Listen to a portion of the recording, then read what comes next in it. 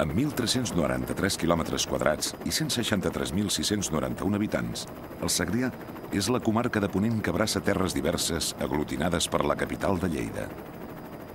Des de l'edat mitjana, el nom de Segrià ja feia referència al sector nord-occidental de la comarca actual, sempre identificat amb una terra molt fèrtil.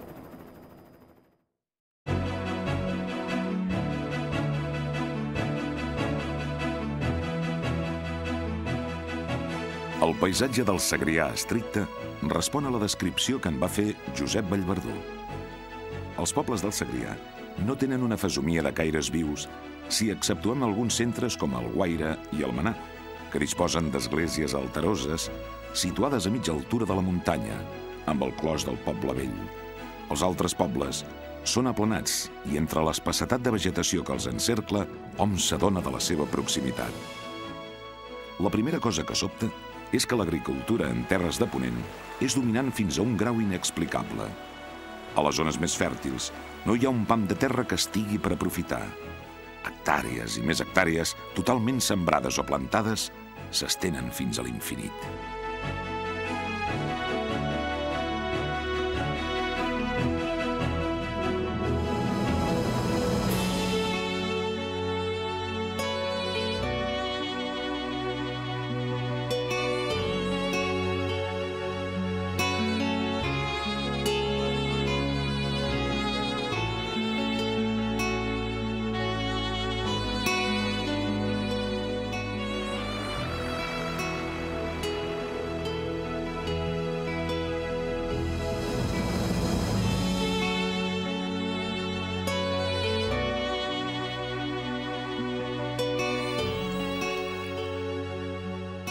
La Noguera Ribagorçana i el Segre conflueixen a Corbins.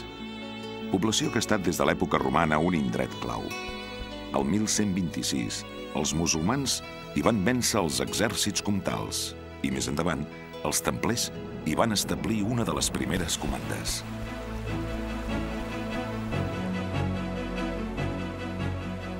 La riba esquerra del Segre, fins que es perd a les planes d'Urgell, es va destinar ja en els segles XII i XIII al conreu. El cronista musulmà Al-Himyari la descrivia així. És un territori fèrtil, malgrat que el sòl de la comarca dels encontorns és estèril. Actualment encara és de conreu, però molt transformat pels avenços d'aquests darrers segles i, sobretot, pels canals que s'hi van construir al segle XIX.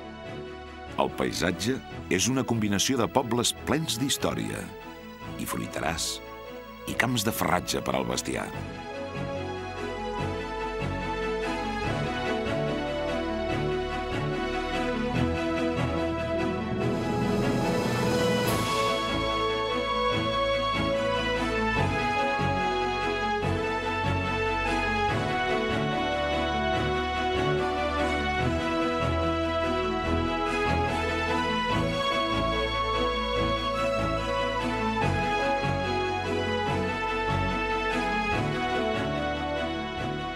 Són pobles agrícoles atrets socioeconòmicament per Lleida, arrelats en la tradició islàmica i amb restes medievals i renaixentistes, com els capitells romànics de l'església de Sunyer, el finestral renaixentista de la casa de les doctores del Fes o el casal gòtic del Canó.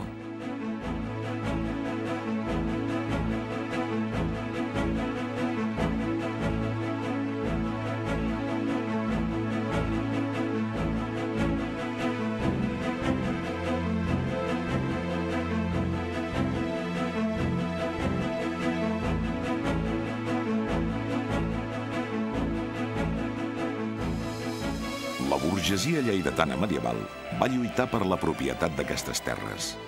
El Sant Climent, per exemple. Tot aquest passat arruïnat el va descriure Vidal Vidal.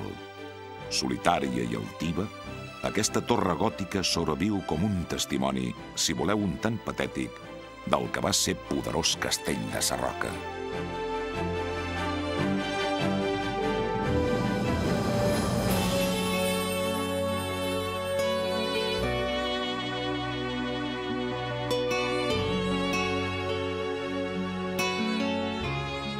Torrebesses conserva l'església romànica i la casa-castell d'Escala Dei amb l'església que va matar el fred, ja que se'n va aturar la construcció quan la gelada de 1869 va matar les oliveres i va arruïnar els pagesos.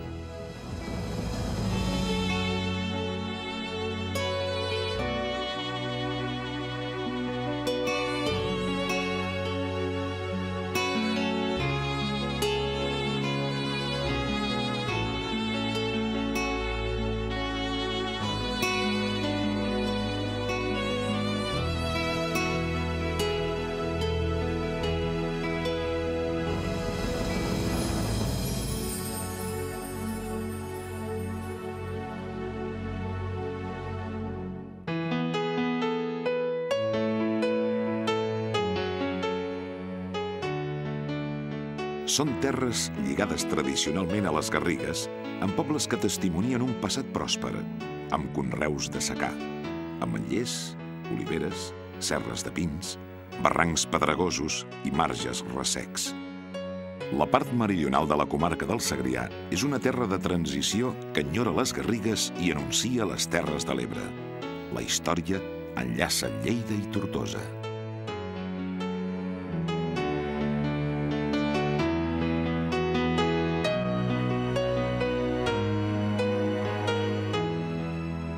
Al cim de Montmaneu, una efímera parròquia del segle XII mira com l'Ebre rep les aigües del Cinca i el Segre, que ja s'havien ajuntat entre Massalcoreig i la granja d'Escarp. Per Josep Vallverdú és una unió silenciosa, mansa, produïda amb un costum de segles.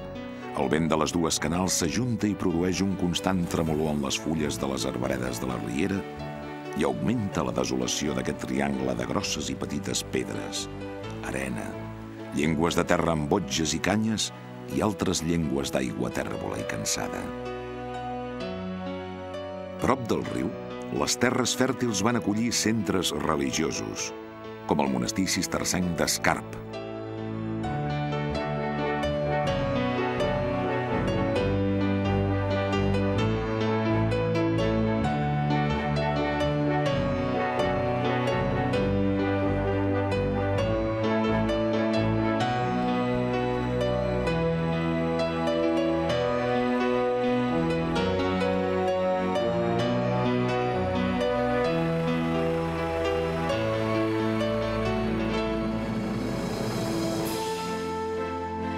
El primer monestir trinitari en terres hispàniques va ser fundat el 1201 damunt l'antiga torre islàmica de Binganya.